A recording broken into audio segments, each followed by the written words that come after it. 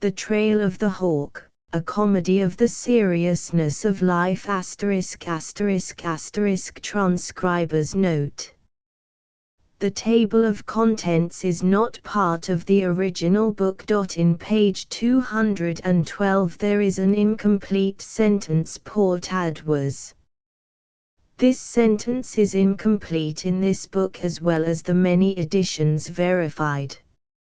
See page 290. The cold breeze enlivened them, the sternness of the swift, cruel river and miles of brown shore made them gravely happy. See page 290. The cold breeze enlivened them, the sternness of the swift, cruel river and miles of brown shore made them gravely happy. The Trail of the Hawk, a comedy of the seriousness of life by Sinclair Lewis, author of Our Mr. Wren Harper and Brothers, publishers New York and London. The Trail of the Hawk, copyright 1915, by Harper and Brothers. Contents: Chapter Page Part I1 Chapter I3 Chapter 216 Chapter 326 Chapter 435 Chapter V46 Chapter 658 Chapter 771 Chapter 878 Chapter 986 Chapter X100 Chapter 11 106 Chapter 12 150 Part 2 125 Chapter 13 127 Chapter 14 135 Chapter 15 146 Chapter 16 156 Chapter 17 162 Chapter 18 167 Chapter 19 174 Chapter XX 179 Chapter XXI 187 Chapter XXII 202 Chapter 23 210 Part 3 223 Chapter XIV 225 Chapter XXV 231 Chapter XXVI 242 Chapter XXAE 248 Chapter XXVIII 261 Chapter XXVI 270 Chapter XXX 282 Chapter XXXI 290 Chapter XXI 300 Chapter XXXII 310 Chapter XXV 324 Chapter XXXV 333 Chapter XXV 342 Chapter XXAE 352 Chapter XXVIII 362 Chapter XXVI 368 Chapter XL 379 Chapter XLI 387 Chapter XLII 400 To the optimistic rebels through whose talk at luncheon the author watches the many-colored spectacle of life. George Soule, Harrison Smith, Alan Updegrath, F. K. Noyes, Alfred Harcourt, B. W. Hubsk. Part I The Adventure of Youth The Trail of the Hawk Chapter I C.R. Lurikson was being naughty. Probably no boy in Joralemon was being naughtier that October Saturday afternoon. He had not half finished the woodpiling which was his punishment for having chased the family rooster 13 times squawking around the chicken yard, while playing soldiers with Benny Rusk. He stood in the middle of the musty woodshed, pessimistically kicking at the scattered wood. His face was stern, as became a man of 8 who was a soldier of fortune famed from the front gate to the chicken yard. An unromantic film of dirt hid the fact that his Scandinavian cheeks were like cream-colored silk stained with rose petals. A baby Norseman, with only an average boy's prettiness, yet with the whiteness and slenderness of a girl's little finger. A backyard boy, in baggy jacket and pants, gingham blouse, and cap whose lining oozed back over his ash-blonde hair, which was tangled now like trampled grass, with a tiny chip riding grotesquely on one flossy lock. The darkness of the shed displeased Carl. The whole basic conception of work bored him. The sticks of wood were personal enemies to which he gave insulting names. He had always admired the hard bark and metallic resonance of the iron wood, but he hated the poplar. Poplar it is called in Joralemon, Minnesota. Poplar becomes dry and dusty, and the bark turns to a monstrously mottled and evil greenish-white. Carl announced to one poplar stick, "I could lick you. I'm a general, I am." The stick made no reply whatever, and he contemptuously shied it out into the chickweed which matted the grubby backyard. This necessitated his sneaking out and capturing it by stalking it from the rear, lest it rouse the poplar army.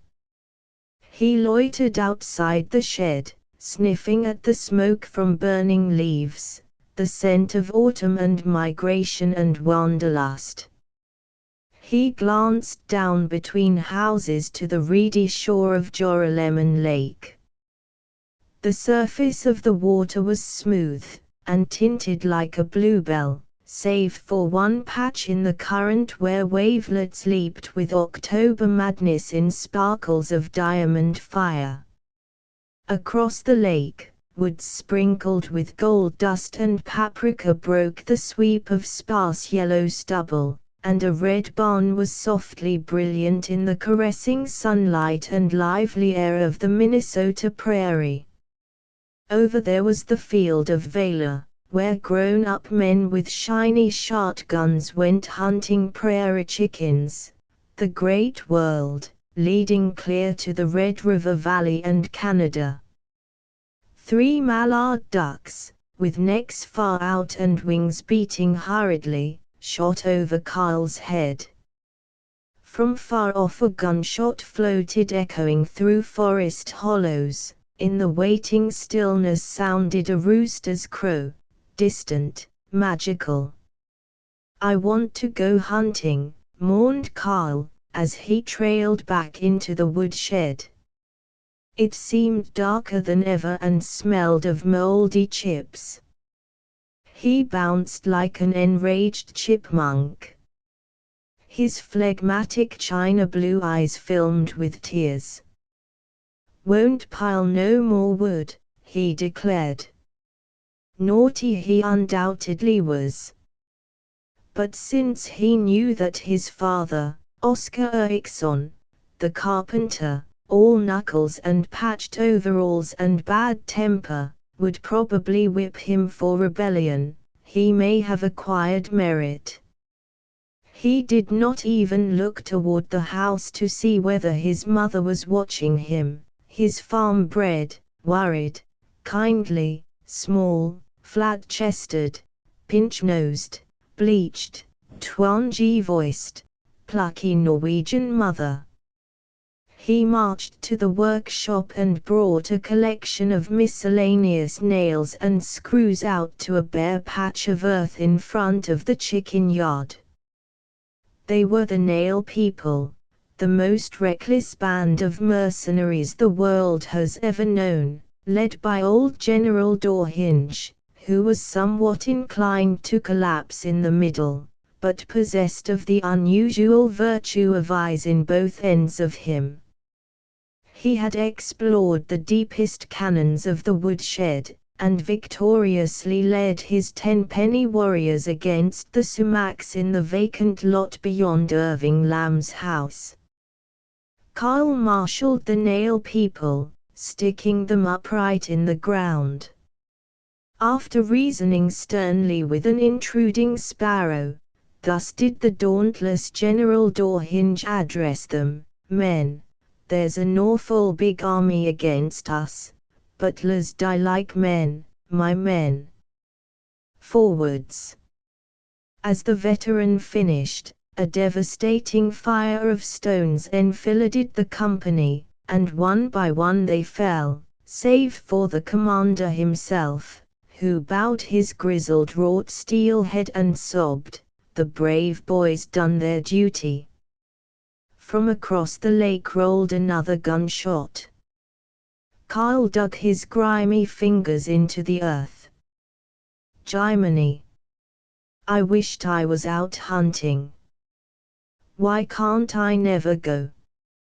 I guess I'll pile the wood, but I'm gonna go seek my fortune after that.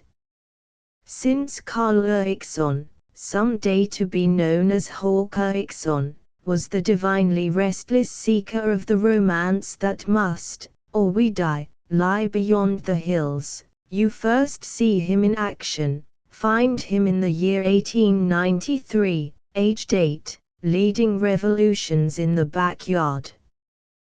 But equally, since this is a serious study of an average young American, there should be an indication of his soil-nourished ancestry. Carl was second-generation Norwegian, American-born, American in speech, American in appearance, save for his flaxen hair and china blue eyes, and, thanks to the flag-decked public school, overwhelmingly American in tradition. When he was born, the typical Americans of earlier stocks had moved to city palaces or were marooned on run-down farms. It was Carl Eriksson, not a Trowbridge or a Stuyvesant or a Lee or a Grant, who was the typical American of his period. It was for him to carry on the American destiny of extending the western horizon, his to restore the wintry pilgrim virtues and the exuberant, October, partridge-drumming days of Daniel Boone, then to add, in his own or another generation, new American aspirations for beauty. They are the new Yankees, these Scandinavians of Wisconsin and Minnesota and the Dakotas, with a human breed that can grow, and 1,000 miles to grow in. The foreign-born parents, when they first come to the northern Middle West, huddle in unpainted farmhouses with grassless dooryards and flies-easing kitchens and smelly dairies, set on treeless, shadeless, unsoftened leagues of prairie or bunched in new clearings ragged with small stumps. The first generation are alien and forlorn. The echoing fjords of Trondheim and the moors of Finnmark have clipped their imaginations, silenced their laughter, hidden with ice their real tenderness. In America they go sedulously to the bare Lutheran church and frequently drink 90% alcohol.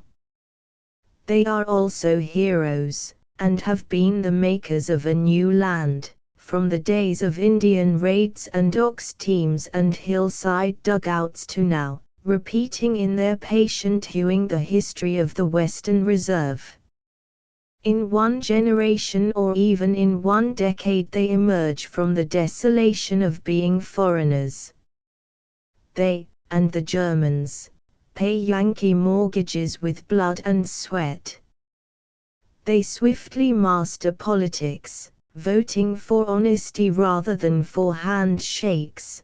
They make keen, scrupulously honest business deals, send their children to school, accumulate land, 1 section, 2 sections, or move to town to keep shop and ply skilled tools, become Methodists and Congregationalists, are neighborly with Yankee manufacturers and doctors and teachers, and in one generation, or less, are completely American.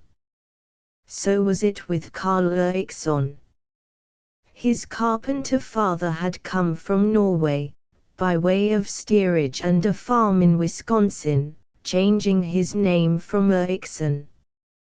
Eriksson Sr. owned his cottage and, though he still said, "I ban going," he talked as naturally of his own American tariff and his own Norwegian-American governor as though he had 5 generations of Connecticut or Virginia ancestry. Now, it was Carl's to go on, to seek the flowering.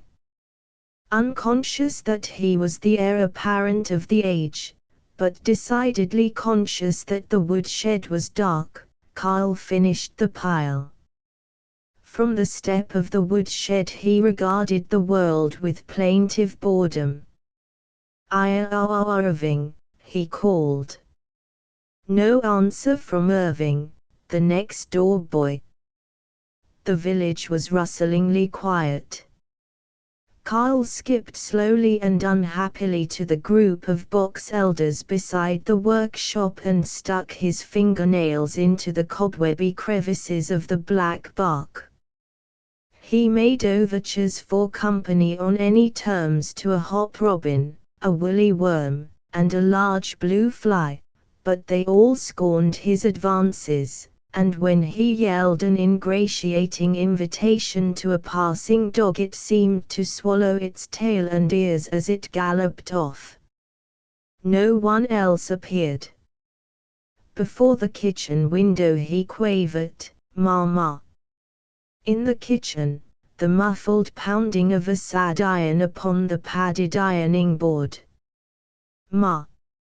Mrs. Eriksson's white-yellow hair, pale eyes, and small nervous features were shadowed behind the cotton fly screen. "Well," she said, "I haven't got nothing to do. Oh, go pile the wood."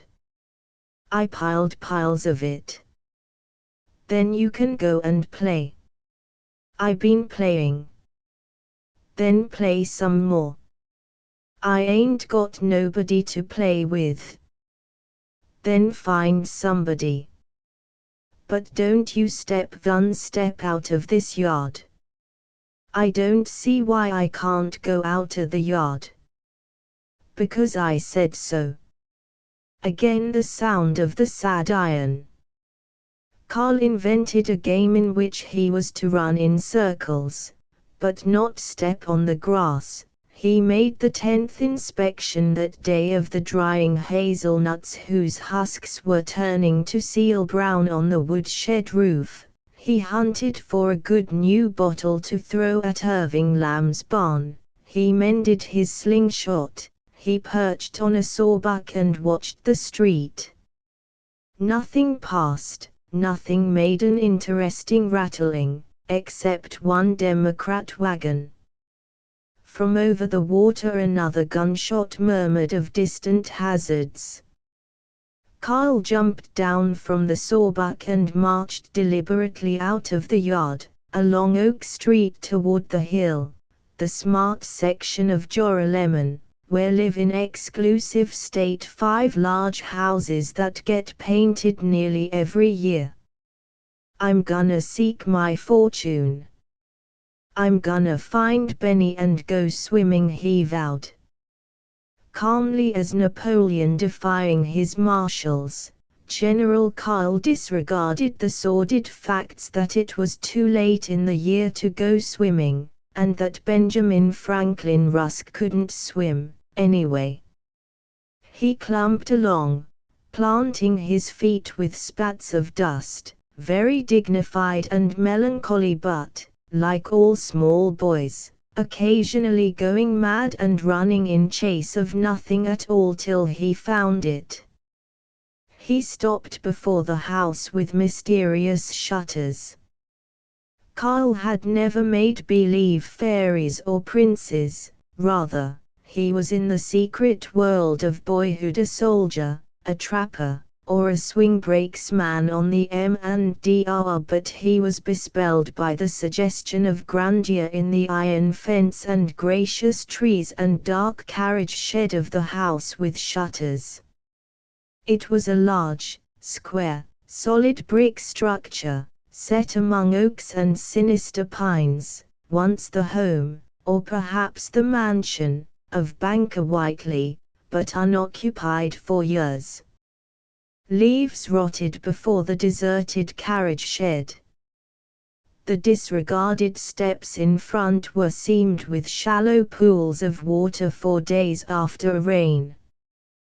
The windows had always been darkened, but not by broad slatted outside shutters, smeared with house paint to which stuck tiny black hairs from the paintbrush, like the ordinary frame houses of Joralemon. Instead, these windows were masked with inside shutters haughtily varnished to a hard refined brown. Today the windows were open, the shutters folded, furniture was being moved in, and just inside the iron gate a frilly little girl was playing with a whitewashed conch shell. She must have been about 10 at that time, since Carl was 8. She was a very dressy and complacent child, possessed not only of a clean white muslin with 3 rows of tucks, immaculate bronze boots, and a green tam o' shanter, but also of a large hair ribbon, a ribbon sash, and a silver chain with a large, gold-washed, heart-shaped locket. She was softly plump, softly gentle of face, softly brown of hair, and softly pleasant of speech. "Hello," said she. "H-lo. What's your name, little boy?"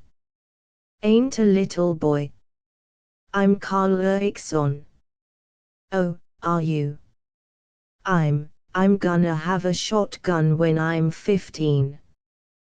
He shyly hurled a stone at a telegraph pole to prove that he was not shy. "My name is Gertie Cowles. I came from Minneapolis. My mama owns part of the Joralemon flour mill. Are you a nice boy? We just moved here and I don't know anybody. Maybe my mama will let me play with you if you are a nice boy. I just soon come play with you.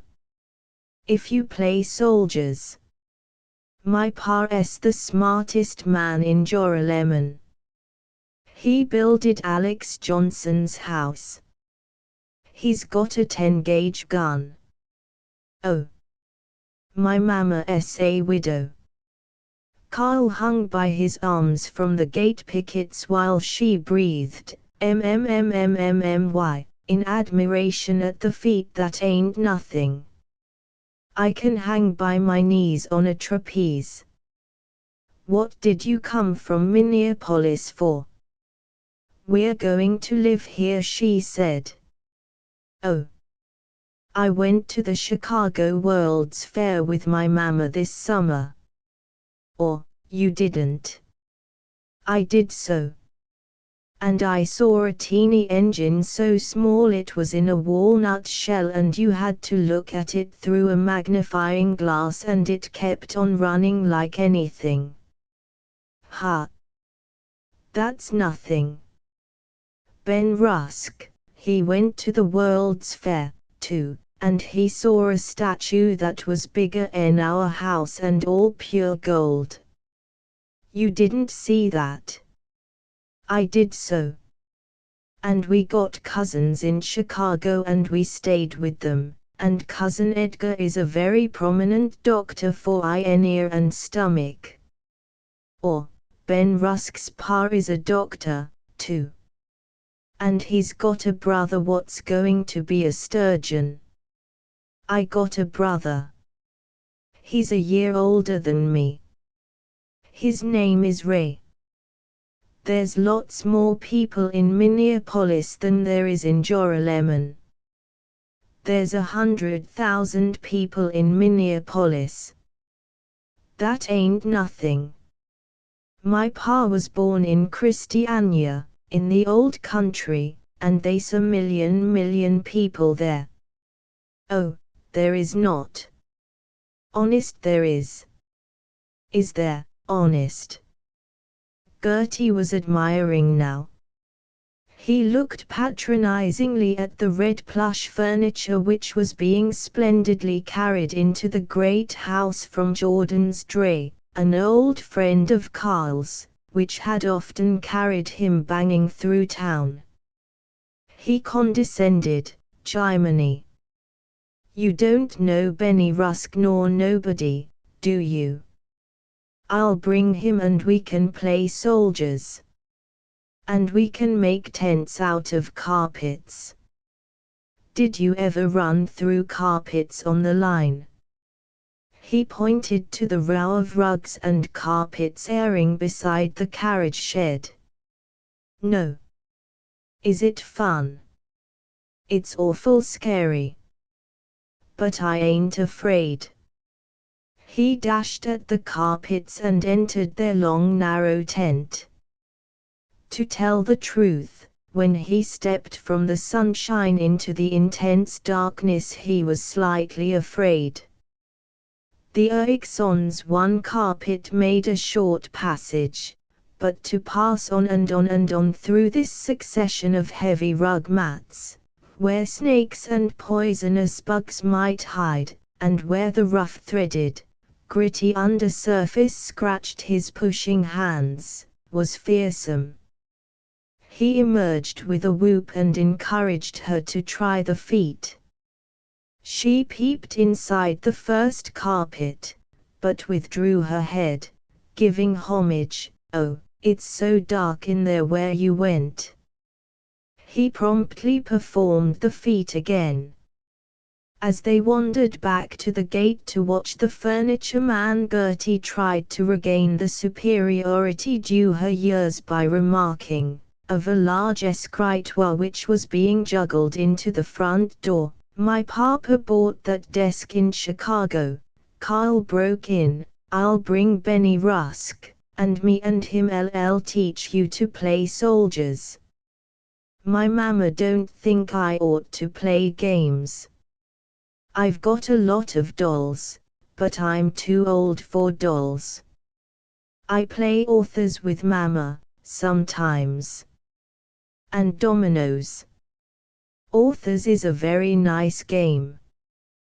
But maybe your ma will let you play Indian squaw, and me and Benny'll tie you to a stake and scalp you. That won't be rough like soldiers.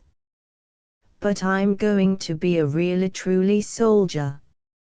I'm going to be an officer in the army. I got a cousin that's an officer in the army," Gertie said grandly, bringing her yellow-ribboned braid round over her shoulder and gently brushing her lips with the end. "Cross your heart." Ha.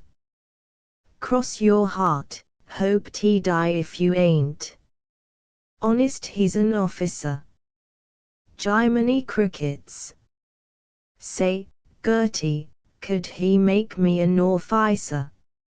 Let's go find him. Does he live near here? Oh my, no.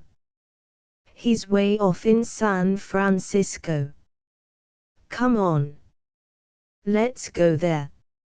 You and me. Gee. I like you. You got a awful purty dress. Tinty polite to compliment me to my face. Mama says, come on. Let's go. We're going. Oh no. I'd like to, she faltered, but my mama wouldn't let me. She don't let me play around with boys, anyway. She's in the house now. And besides, it's way far off across the sea, to San Francisco. It's beyond the salt sea where the Mormons live, and they all got 7 wives.